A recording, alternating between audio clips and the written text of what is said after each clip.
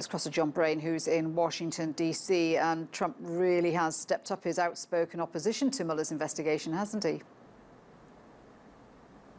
He certainly has, Shuli, and this is the investigation, of course, which has overshadowed his entire presidency. Virtually from day one, he's been facing allegations that his election team colluded with the Russians to help get him elected.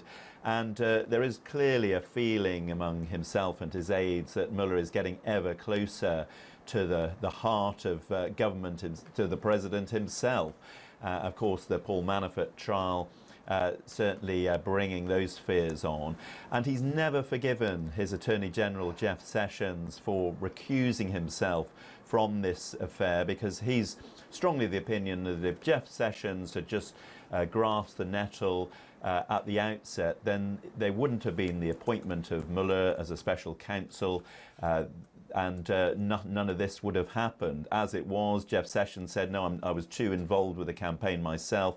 I'm going to leave this to my deputy to deal with. And his deputy, Rod Rosenstein, appointed Mueller. And as I say, Trump has never forgiven Jeff Sessions for that. And the timing, no surprise, I suppose, because Paul Manafort, Trump's former campaign chief, at court for the second day. So what's the latest with that trial?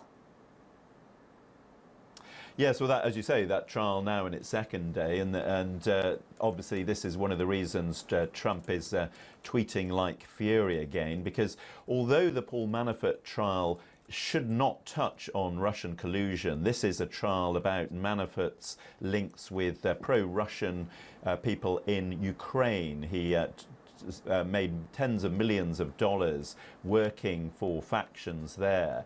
And this trial is purely about charges of bank fraud and tax evasion. The problem is, as Trump sees it, or as Trump supporters see it, there's a possibility that if the trial doesn't go Manafort's way, if he feels that he's likely to lose, that he's always got that option of cutting a deal with the prosecutors. And in exchange for a lesser sentence, he would be expected to give them all the details he may or may not have about meetings between Trump's election team and Russian officials in the lead up to the election. So the stakes are high.